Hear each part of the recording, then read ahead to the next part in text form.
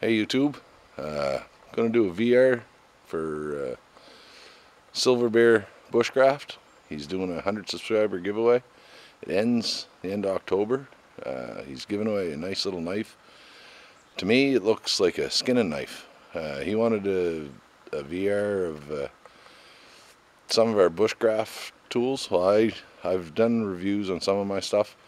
I'm gonna do one on my knives for hunting. It's a pack of knives, and I'm gonna get at it here.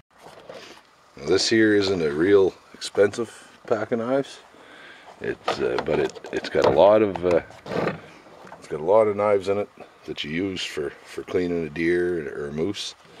I wouldn't carry this on my belt. This is something you would bring in after you have the animal down. So your first knife is just a regular hunting knife with serrated with a gut hook. These knives are sharp. I've cleaned one deer with this already. It wasn't my own deer, it was a cousin of mine's deer. You have that knife, and then you have a smaller knife. It's almost like a paring knife, but it's for getting up in the cavity and stuff, and the smaller knife, you're less chance of cutting something. You get in and do the finer work cleaning up after you've opened the animal up. And you turn it around. You got your bone saw with the T handle. That's for cutting through the pelvis, which is nice to have instead of using an axe.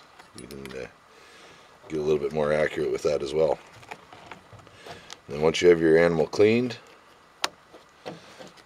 for skinning, you got a skinning knife with a gut hook on it as well.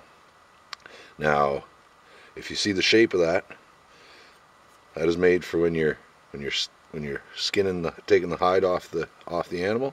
It's made to gradually bring it down.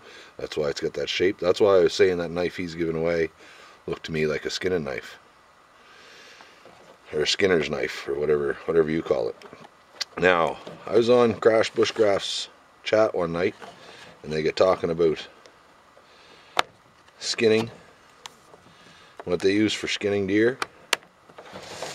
I mentioned a skinning axe, and none of them had ever heard of a skinning axe. Well, here's my skinning axe. Now this is a sharp little knife. It's made in Sweden.